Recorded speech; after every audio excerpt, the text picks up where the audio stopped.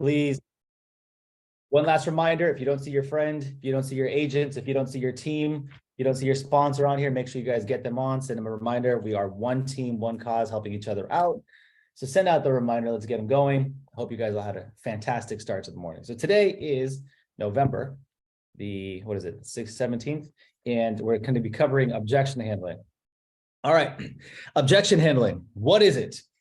There's a very simple framework whenever it comes to objection handling. And today I'm going to focus on the most popular objection that we're all getting out there, which is the interest rates are too high and people just don't want to buy. The interest rates are too high, people don't want to buy. Before I talk about the actual objection handler itself, I need all of you to begin writing down this framework of how to handle any objection. I want you to write down the framework of how to handle any objection. So any objection, the way that you handle it is you're first going to start off with agreeing and aligning with whatever the person says. So if they say something about your commission's too high at 6%, interest rates are too high, I don't want to buy, whatever the objection is, I want you to begin with agreeing and aligning yourself with that objection. That's the first thing you do, whether that's on the phone, knocking on a door, you're sitting across a table from someone, you agree and align with that objection. The second thing that you do is you shift the script. You shift the conversation that you're having with the person. So whatever their objection is, whatever their issue is, you're going to shift that frame of thinking over to your way of thinking. Shift the conversation. So if it's a 6% commission, then you're going to, after you agree and align yourself with what they said, you're going to shift the conversation over to, well, what I'm hearing you say is it's really important for you to net the most amount of money. When they talk about the interest rates are too high, you're going to shift the script over to, after you agree, what I hear you telling me is you don't want to pay too much for a home in this market. Is that right?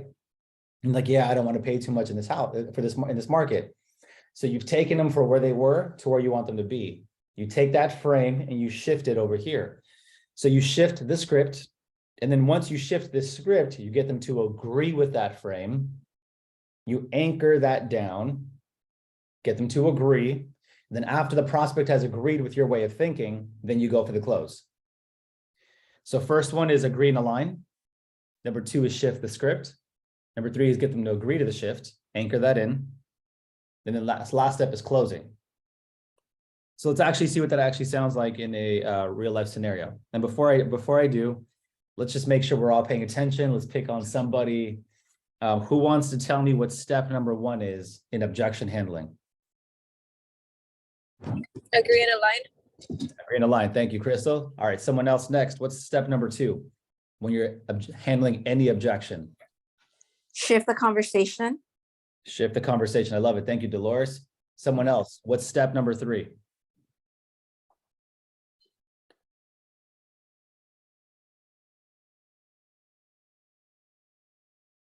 Jenny. Get them to agree to the shift. Oh, sorry. Thank you, Crystal. Thank you. I appreciate that. Yes, get them to agree to the shift. What's step number four? Jenny, Catherine, Mario, Rick. Someone give me step number four.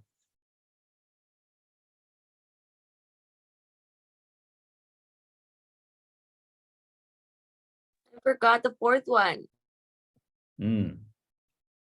Thank God for phones and notepads and pens. All right. Let's see who else. That's okay, Jen. Catherine, Rick, Mario, Carolina. What's step number four? I apologize. I had to step away from the computer for just a second, so I didn't listen to 3 and 4. No problem, Mario. I'll get back to it in a second. All right. So that leaves me with Rick, Carolina, and Catherine. What is step number four in handling objections?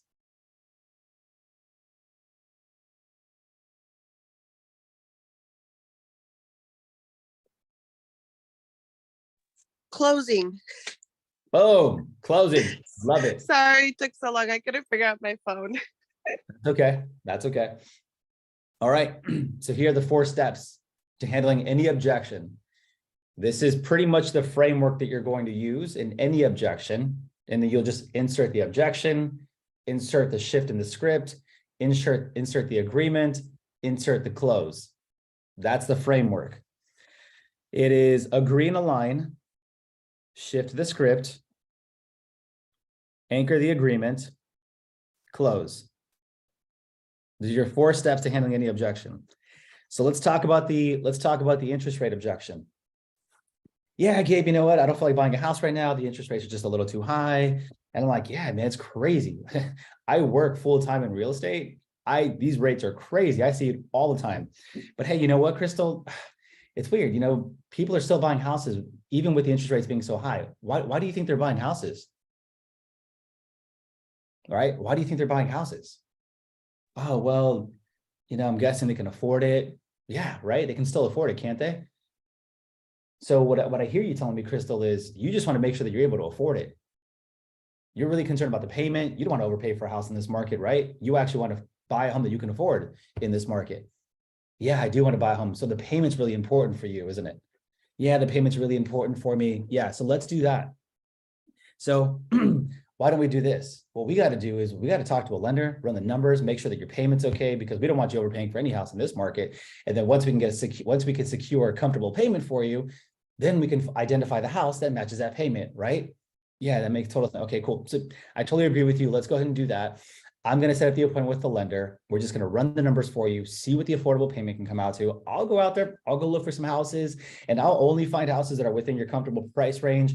If I find it for you, great. If not, no big deal either. Make sense? Yeah, that makes sense. Awesome. Cool. What works best for you, Friday or this? It doesn't have to be this very combative call. It can just be a very seamless, fun, effortless flow. Oh my gosh, Gabe, your commission is 6%. You're charging 6% and a $2,000 TC fee. That's so much money. Be like, I know. Have you seen the net sheet? It's a lot of money. Definitely is a lot of money. But let me ask you a question. Why do you think we do that? Oh man, well, I think you guys do that because of the marketing expenses and the overhead. Exactly. Have you seen the amount of work that goes into selling a house? Have you ever tried being a real estate agent before? No, I haven't. Yeah, we're on 7 days a week. We're coordinating with the photographers. We're doing this. We're marketing the property. We're answering calls 7 days a week. It's a lot of work to sell a house and to sell it for top dollar too. And so what I'm hearing you tell me, Crystal, is it's really important for you to net the most amount of money, right? You really care about how much money you're going to walk away with on this home. Yeah, I do. I really do. And look, I don't want you losing. I actually want you making a lot of money, which is why you paying this amount of commission makes a lot of sense, because we're going to, like I mentioned, we're going to take this commission, put it into the marketing plan, help you expose your property to more people. We're going to create way more demand, and through that demand, we can sell the house for more money and create favorable terms, do it in less time. Does that make sense? That makes total sense. Yeah, exactly. So let's do that. Let's focus on making you more money. Let's stick to the game plan, and then we'll have the home sold by X amount of time and get you over here by that time. Sound good? Sound good. Awesome. I just need you to autograph the agreement. We'll get started. Shift the script. Seeing that conversation, I never brought up the commission again. I focused on the value that they're receiving for the commission, and I didn't negate what they were telling me. I didn't go and fight their feelings. I aligned myself with what they were feeling. I told them, I agree. I totally get it. I see what you see. Trust me, I do. And what I hear you telling me is you're really concerned with the amount of money that you're earning on the sale. Is that right? And you don't want to feel like you're losing money. You want to feel like you're earning a lot of money, right? Okay, that's exactly why we have to do this plan right here. Because when we do this, and I've shifted the script now to focus on the amount of money, and you guys want to make this amount of money, and this is how much you want to do it and by when, right? Okay, this is how we're going to do it. And now we got away from the commission, and we're focusing strictly on how much she's going to walk away with. We go from commission to net. We go from interest rate to payment. We shifted that script. And at the very end, once I got them to see what I saw, I shifted the script, and then I got them to anchor that agreement, where it now became their agreement. It became their words, because people want to feel like they came up with that solution. And finally, when that person does it, then they'll take action on what's necessary. But if you're sitting there fighting with them, trying to convince them of something without first agreeing with them, it's going to be combative, and no one wants to do business with someone who makes them feel combative. No one wants to be forced into a situation. No one wants to feel like you forced them into a decision. People want to feel like they naturally came to that decision on their own. This is why objection handling is so important. I'm going to run it one more time. The framework, the if you want to call it the script or whatever for objection handling. Not Crystal and not Dolores, because you guys are on top of it. What's step number one to handling any objection? Agree with the client. Agree. I love it. What's step number two to handling any objection with any client? Shift the script. Shift the script. What's step number three in handling any objection with any client? Anchor the agreement. And what's step number four? Close. Close. That's it. Let's run it one more time. Doesn't matter what the objection is. Commission, interest rate. Those are probably the two most popular that are out there. I don't think there's anything else. Are you guys hearing any other objections that are out there? Or are those like the most popular, right? It's always commission and it's always interest rate in this market. That's what we're seeing, the same thing too. Okay. Gabe, and I also want to add on, I think it has a lot to do with the way you deliver it. You know, you have a lot of confidence because I've seen Gabe do his listing presentations and everything, but his confidence, like he really does act like the professional. And I know there's some people who, because they're not confident with what they're saying, it shows, you know? So I think the client can read that and sense that you're not fully confident in what you're saying. So it has a lot to do with the delivery. Wow. Yeah, that was huge. Thank you for adding that, Jenny. That's definitely something that's extremely important when it comes to delivery. I'd say about 3 weeks ago, we had a training on tonality. We had a training on delivery, on pitch, on voice. And part of the exercise that I asked all of you to do was to go out there and mimic the most powerful people on the planet. If you identify as a man, whatever, if you're a man, you should go listen to Barack Obama and Bill Clinton, Barack Obama, and yeah, those are the top two. If you want to hear what it sounds like to be influential with charisma, go listen to those two. They're some of the most charismatic. Number one, it's the most powerful position that you can hold in the entire United States, right? What everyone sees. Oh my gosh, you're the president of the United States, the most powerful country in the entire world. Well, if you have one man representing it, who got the majority to agree that you should be the person, we should probably study that person's characteristics. If you are a lady and you want to become influential, I strongly believe that you should go study Michelle Obama, Hillary Clinton, and Candace Owens. I love their energy. I love their confidence. I love their sophistication. And I'm not talking about political beliefs here. I'm talking strictly about characteristics and their ability to influence people using their voice. Sometimes your natural voice could be the thing that turns people off, that no one wants to listen to. When you call them every time, they're like, oh my gosh, not this guy again, or not this girl again. And could you imagine having someone with a squeaky voice calling you every time? Hi, I'm ready to handle your objection. Have you think about buying a home? You're like, oh my gosh, you're like nails on a chalkboard. You're like, please shut up. And then click. But they might be the sweetest person in the entire world that you want to talk to and you want to have them as a friend. But because their voice is so annoying, you can't stand the call. And what about us as men? Are we too aggressive? Are we overly aggressive? Are we not learning how to pause at the right time? Are we not learning how to inflect our voice at the right time? Because when it comes, yeah, go ahead, Mario. I just wanted to say, sometimes we talk ourselves out of a good conversation or a closing. Something that Angel has taught us at EXP here in Whittier is sometimes we talk too much and we don't wait for their reaction or their response to a question or to whatever comment they've had. So, but yes, I think sometimes our voices have something to do with it, you know. Amen to that. Too much talking, too little talking, talking at the wrong time. All of those things take a big factor. Today's focus in the conversation is to teach all of you the framework of an objection. But yes, there's a lot of other things that come into play when we're talking about sales. Mirroring and matching, tonality, body language, delivery, rate of speech, inflection. Do you all remember the training that I did about 3 months ago with all of you? It was the training, and some of you weren't on here yet, so I'll just quickly go over it. But the training was a sentence, and it said, I did not say he stole the ball. I didn't say he stole the ball, is the sentence. And by inflecting a different word in that sentence, it changed the meaning. If I inflected on say or stole or ball, it would change the meaning completely subconsciously. Let me give you a brief example. The sentence is, I didn't say he stole the ball. And here's the difference of meaning when you change the inflection with your words. So I didn't say he stole the ball. I didn't say he stole the ball. Subconsciously, what am I telling you? That he did. I didn't say he stole the ball.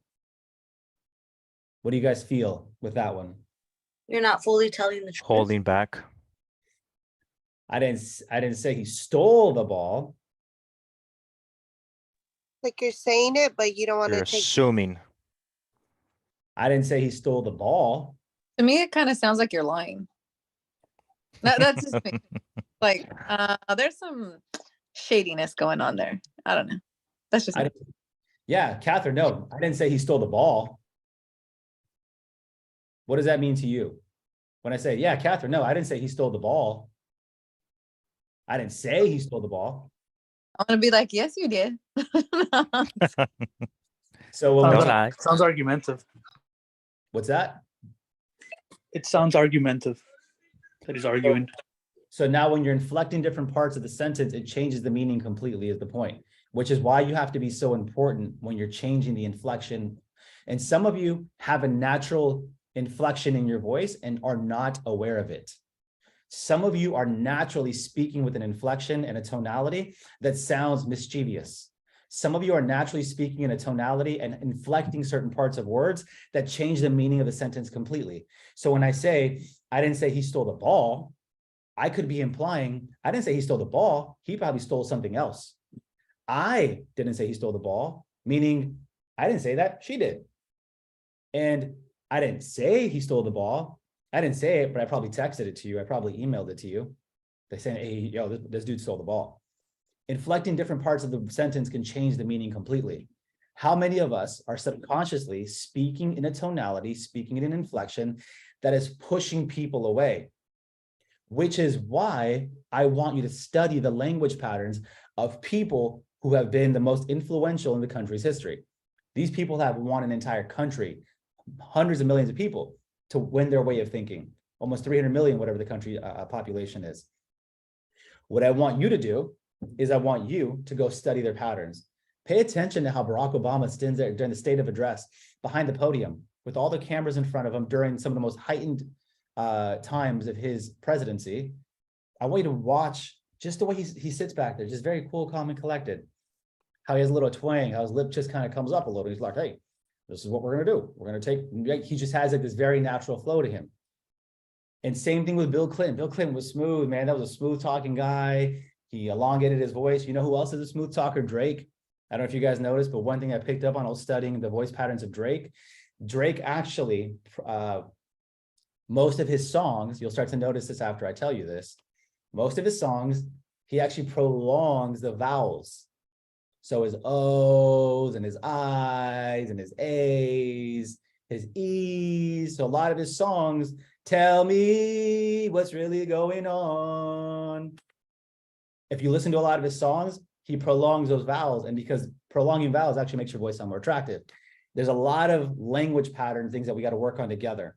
But to give you the shortest answer today in the 30 minutes that we have, I want you to go out there and just start off by mimicking people who already proven it. Mimic Candace Owens, Hillary Clinton. If you want to have a powerful voice that convinces people to do something, then you need to mimic people who convince them to run the world, to run the country. Men, if you want to convince someone to buy or sell with you, it's probably ideal for you to go on YouTube and listen to the people who convinced an entire country to let him run it. check out Barack Obama, check out Bill Clinton, listen to their voice patterns and start catching on to how smooth. You got to be charismatic. You must be confident. All right. We're at 5 minutes left. I'm going to open it for Q&A before we hop off. Anything else? Open Q&A. You guys can ask and talk about anything. I'll forever hold your peace. If you guys want, we'll do another training soon on tonality, inflections, and I think that's important. Vocal patterns, neurolinguistic programming, to make sure that you guys are saying the right thing at the right time. We can focus on, even do some role playing with each other, like, hey, how did my voice sound when I said this? And we can all critique one another, help each other out. This is what that's all about. I want to make sure you guys are all getting something from it. Cool. We don't have any more questions. We're going to end this early. Give you guys 10 more, 15 more seconds to jump in.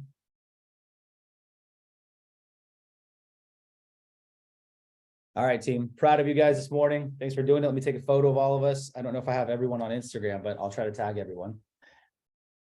Here we Hey, go. Gabe, I just sent you a message. I want you to read it first or go on there and then see if it's the needs on how to be more charismatic. It's a YouTube channel that I follow.